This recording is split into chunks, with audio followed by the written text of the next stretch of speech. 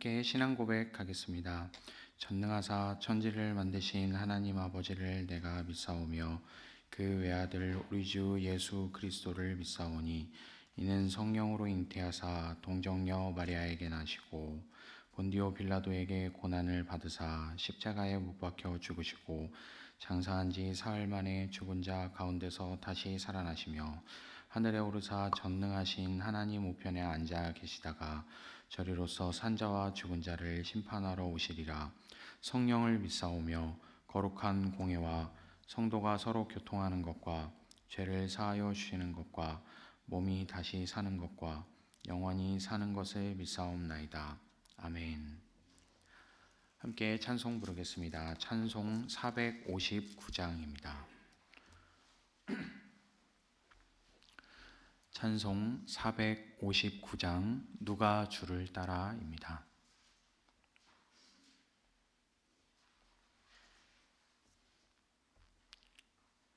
함께 찬양하겠습니다.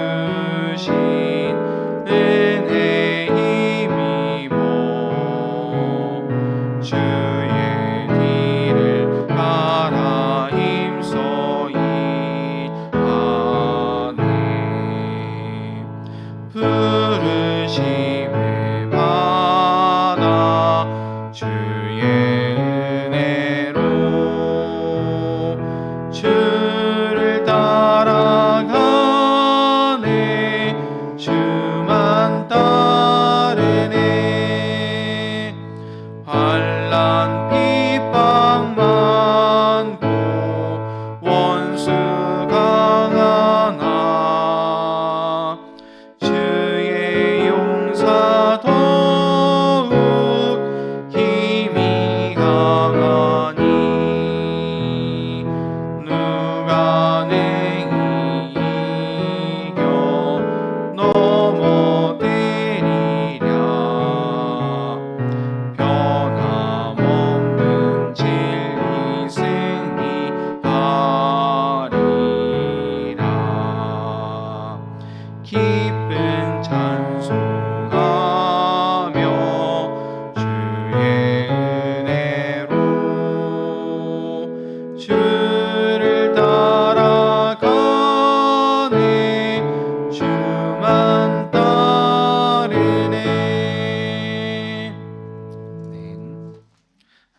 말씀 보도록 하겠습니다. 오늘 우리에게 주시는 하나님의 말씀은 신약성서 베드로전서 1장 3절부터 12절까지의 말씀입니다.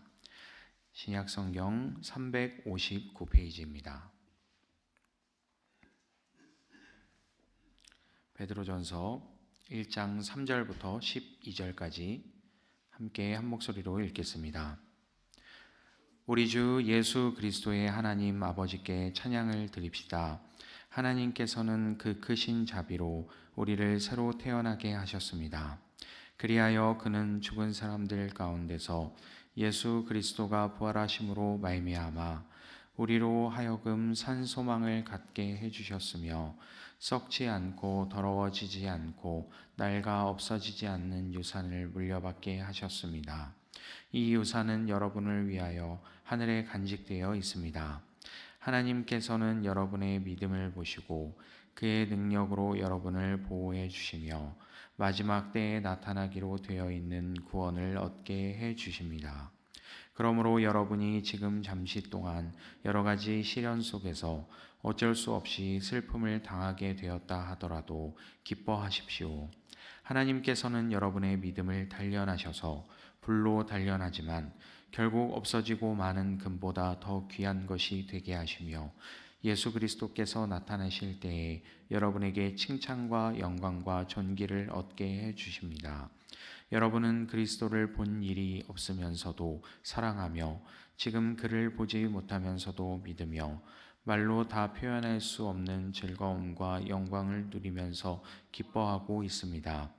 여러분은 믿음의 목표, 곧 여러분의 영혼의 구원을 받고 있는 것입니다. 예언자들은 이 구원을 자세히 살피고 연구하였습니다. 그들은 여러분이 받을 은혜를 예언하였습니다. 누구에게 또는 어느 때에 이런 일이 일어날 것인지를 그들이 연구할 때에 그들 안에 계신 그리스도의 영이 그리스도에게 닥칠 고난과 그 뒤에 올 영광을 미리 증언하여 드러내 주셨습니다. 예언자들은 자기들이 섬긴 그 일들이 자기들을 위한 것이 아니라 여러분을 위한 것임을 계시로 알게 되었습니다. 그 일들은 하늘로부터 보내주신 성령을 힘입어서 여러분에게 복음을 전한 사람들이 이제 여러분에게 선포한 것입니다. 그 일들은 천사들도 보고 싶어하는 것입니다. 아멘. 할렐루야. 오늘도 새벽 아침을 깨워 주님의 전에 나오신 모든 성도님들을 주님의 이름으로 축복하고 환영합니다. 오늘 베드로전서 1장의 이 핵심 주제는 고난당하는 그리스도인들을 위로하는 편지입니다. 박해자들에 대해서 이 그리스도인답게 대응하는 방법을 가르쳐주고 그리고 부르심에 합당한 삶을 살 수 있도록 안내해주는 이야기입니다. 그리고 이 편지는 소아시아, 현재 터키 지방의 북서쪽의 5지방, 1장 1절을 보면 본도, 갈라디아, 가파도기아, 아시아와 비두니아에 흩어져 있는 이방인 그리스도인들에게 쓰여진 편지입니다. 그리고 베드로는 그들을 세상에 흩어진 나그네다라고 이렇게 표현하는 것을 볼 수 있습니다. 어쨌든 베드로는 이 그리스도를 믿는다는 이유로 일부 새로운 이 믿음의 사람들, 이 새로운 성도들이 박해를 당하는 상황을 크게 염려하여서 이 편지를 썼다라는 것을 2장에 넘어가면 우리가 살펴볼 수 있습니다. 그렇기 때문에 의를 위하여 고난을 받는다고 해서 놀라지 말고, 그리고 그리스도인들은 그리스도가 그렇게 하셨던 것처럼 부당한 고난이 찾아올지라도 받아들이면서 살아야 함을 말하고 있습니다. 그리스도께서 우리를 죄에서 해방시키려고 우리를 대신해서 고난을 받으셨다라는 것을 기억하면서 하나님의 백성은 마땅히 항상 의롭게 살아야 하지만 특히 박해를 당하는 상황에서 더욱 그렇게 살아야 한다라는 것을 이야기하고 있습니다. 우리의 미래에 대한 소망은 그리스도의 부활의 이 확실성의 기초에 있기 때문이다라는 것을 이야기하고 있는 것이죠. 어쨌든 베드로는 이 흩어진 나그네들에게 어떠한 지침을 전해 주어야 되겠다라는 이 사명의 이 붓을 잡게 된 것입니다. 그래서 2절에서 밝히고 있듯이 우리가 3절부터 읽기는 했지만 2절의 내용을 보면 하나님 아버지의 미리 아심을 따라 성령이 거룩하게 하심으로 순종함과 예수 그리스도의 핏부림을 얻기 위하여 택하심을 받은 자들에게 편지하고 있으며 그들에게 은혜와 평강을 전하고 있다라는 것을 볼 수 있습니다. 베드로는 이들에게 특별히 여러분은 택하심을 받은 자들입니다 라면서 이 택하심 받았다라는 것을 강조하고 있습니다. 이때 당시에 이 이방인 그리스도인들은 나그네처럼 살아가고 있는 삶을 살았는데, 그래서 소위 이 디아스포라라고 불렀죠. 이 흩어져서 살아가는 유대인들을 그렇게 표현하고 또 흩어져서 살아가는 그리스도인들을 그렇게 표현했는데, 이 디아스포라라는 이 헬라어의 뜻은 흩어진 씨앗들이라는 뜻을 가지고 있습니다. 그래서 마치 흩뿌려진 씨앗들처럼 이리저리 방황하면서 살아가고 있는, 정착하지 못하고 살아가고 있는 그들에게 가장 중요한 것은 하나님의 택하심을 받은 하나님의 자녀다라는 이 정체성이 가장 중요하기 때문에 이것을 베드로 사도가 강조하고 있는 것이죠. 그러면서 오늘 우리가 함께 읽은 이 본문 3절을 보자면, 함께 3절을 다시 한번 읽어보도록 하겠습니다. 3절 말씀입니다. 우리 주 예수 그리스도의 하나님 아버지께 찬양을 드립시다. 하나님께서는 그 크신 자비로 우리를 새로 태어나게 하셨습니다. 그리하여 그는 죽은 사람들 가운데서 예수 그리스도가 부활하심으로 말미암아 우리로 하여금 산 소망을 갖게 해 주셨으며. 아멘. 베드로가 이들에게 권하고 있는 것은 분명히 그들이 흩어진 나그네들로서 수많은 고난을 당하면서 살고 있지만, 그럼에도 불구하고 여러분들은 하나님이 택하신 자녀이고 하나님께서 그리스도 안에 거듭나게 하심으로 말미암아 새로운 살아있는 소망을 주셨다라는 것을 강조하고 있는 것입니다. 방황하는 것처럼 보이는 사람들이 대체 무슨 소망을 가지고 있다는 것일까요? 이 산 소망이신 예수 그리스도를 믿는 믿음을 가지고 있기 때문이다라는 것을 이야기하고 있는 것이죠. 나그네의 특징은 분명히 가진 것이 없이, 목적 없이 헤매는 것처럼 보이고, 또 남들처럼 정착하여서 많은 재산을 가지고 있다거나 하지는 않지만 이들이 가진 것이 있다라는 것을 베드로가 강조하고 있는 것입니다. 그래서 이어지는 4절에서 보면 썩지 않고 더러워지지 않고 낡아지지 않는 유산을 물려받게 하셨는데, 이것은 하늘에 간직된 유산이다라는 것을 이야기하고 있습니다. 그래서 5절로 넘어가게 되면 마지막 때에 나타나기로 되어 있는 구원을 받게 해주신다라고 이야기를 하고 있죠. 여기 5절에서 또 중요한 이야기가 나오는데, 하나님의 능력으로 보호해 주신다라는 것입니다. 비두니아와 본도, 갈라디아, 갑바도기아, 아시아 등지에 흩어져 살아가면서 로마의 핍박을 받고 있는 성도들에게 베드로가 이야기하고 있는 것은 하나님의 보호하심을 받고 있다라는 것을 확신시켜 주는 것입니다. 그 어떤 수준의 핍박과 환난도 하나님의 사랑보다 더 큰 것은 없다라는 것을 이야기하고 있는 것이죠. 여기에서 로마서 8장 35절의 말씀이 떠오르는데, 바로 로마서 8장 35절의 말씀이 이것을 증명하고 있죠.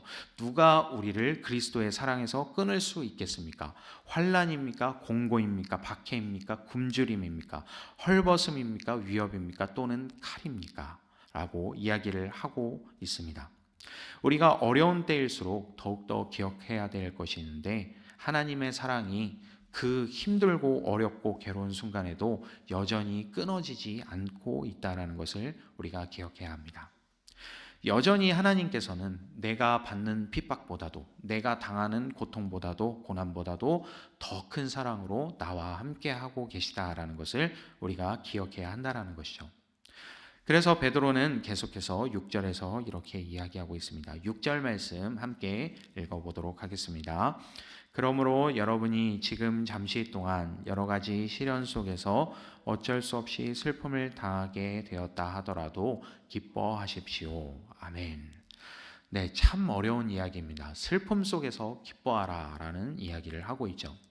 왜냐하면 이어지는 7절의 말씀을 보면 하나님께서는 여러분의 믿음을 단련하셔서 불로 단련하지만 결국 없어지고 마는 금보다 더 귀한 것이 되게 하시며 예수 그리스도께서 나타나실 때 여러분에게 칭찬과 영광과 존귀를 얻게 해주신다라는 이 설명을 또 이어서 붙이고 있습니다. 로마서 8장 18절의 말씀처럼 이 현재의 고난이 장차 올 영광과 비교할 수 없다라는 것을 베드로도 동일하게 이야기하고 있는 것입니다. 그러면서 베드로는 이들이 받게 된 구원이 얼마나 영광스러운 것인지를 8절로부터 시작해서 12절까지 우리에게 설명을 해주고 있는데, 이 구원은 우리에게는 계시로 하나님께서 선물로 주신 것이지만 10절에서 보시면 구약의 선지자들은 깊이 연구하고 부지런히 살펴서 겨우 알게 된 것이라고 이야기하고 있고, 또 12절에 가면 심지어는 우리가 받은 이 구원이 천사들도 보기를 원하는 신비로운 것이라 이렇게 말하고 있습니다. 우리는 그렇다면 이 구원을 어떻게 받았다고 이야기하고 있습니까? 선지자들은 그렇게 연구하고 보기를 원했던 것이지만, 심지어는 천사들도 보기를 원했던 것이지만, 우리는 아무 공로 없이 계시로 받게 되었다라는 것을 이야기하고 있는 것이죠. 이게 어떻게 가능하게 되었느냐? 어떻게 가능해졌냐면 전적인 하나님의 은혜로 가능해진 것입니다. 예수님께서 십자가에서 흘리신 피가 있었기 때문에, 그 십자가의 사랑이 있었기 때문에 그렇게 예전에 선배들이 어렵게 추구하고 구했던 것이 우리에게는 계시로 선물로 드러나게 되었다라는 것이죠. 그래서 한마디로 오늘의 이 베드로전서 1장의 말씀을 한마디로 요약을 하자면, 이 구원을 받은 사람, 택하심을 받은 자들이 이 땅에서 나그네처럼 살아갈지라도 우리를 보호해 주시고 택하신 이 하나님의 사랑을 기억해야 한다라는 것이 바로 오늘 본문의 내용인 것입니다.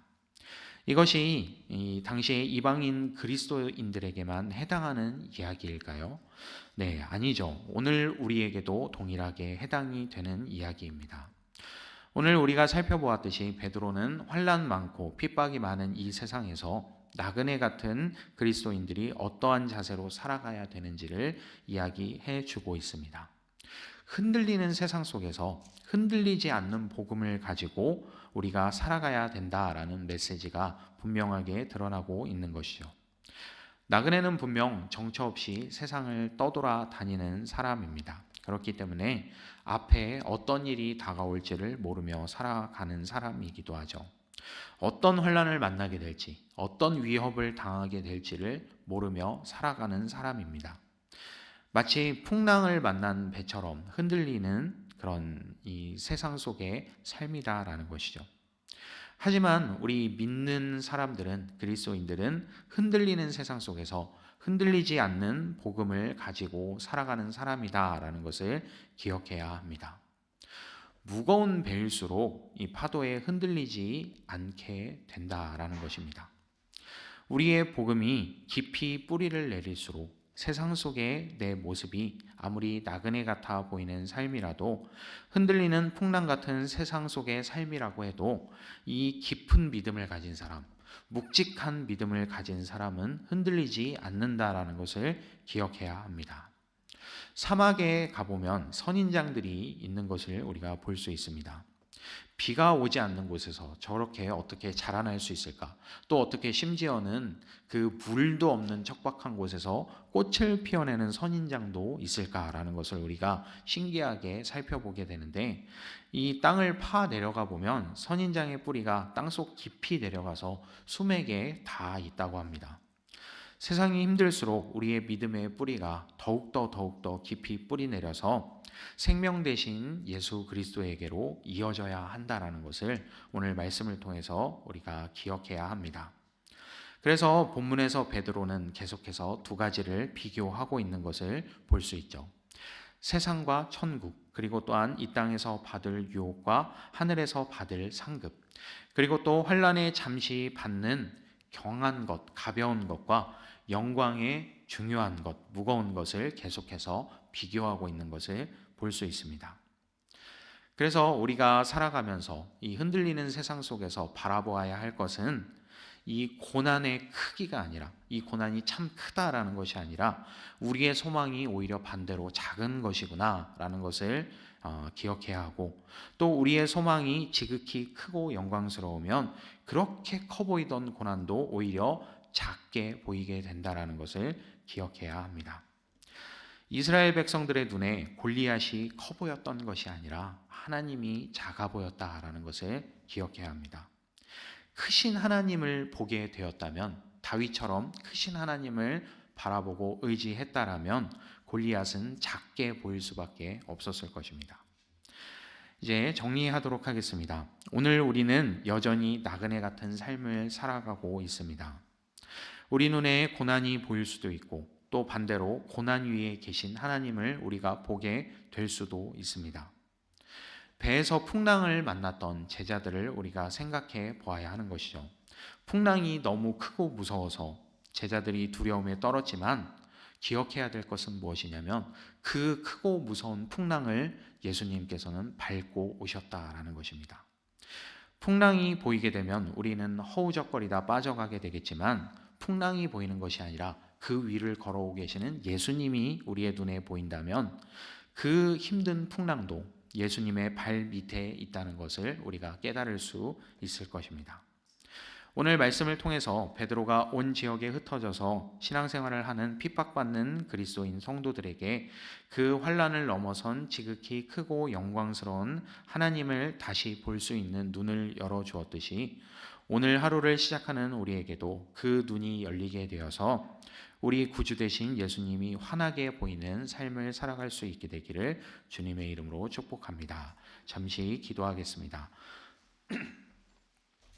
하나님 감사합니다. 오늘도 우리는 나그네와 같은 삶을 살아가게 되는데, 어제와 같은 오늘이 어제와 같을 수는 없는 또한 오늘이기에 오늘을 어떻게 살아가야 할지, 또 어디로 가야 할지 여전히 어려운 질문을 가지고 하루를 시작하게 됩니다.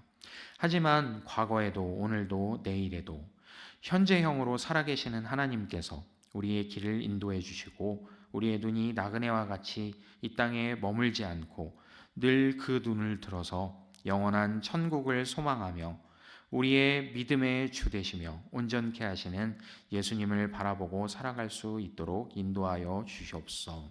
주님께 우리의 삶을 맡깁니다. 감사합니다. 우리 주 예수 그리스도의 이름으로 기도합니다. 아멘. 하늘에 계신 우리 아버지여, 이름이 거룩히 여김을 받으시오며 나라에 임하옵시며 뜻이 하늘에서 이루어진 것 같이 땅에서도 이루어지이다. 오늘날 우리에게 일용할 양식을 주옵시고, 우리가 우리에게 죄 지은 자를 사하여 준 것 같이 우리 죄를 사하여 주옵시고, 우리를 시험에 들게 하지 마옵시고 다만 악에서 구하옵소서. 대개 나라와 권세와 영광이 아버지께 영원히 있사옵나이다. 아멘.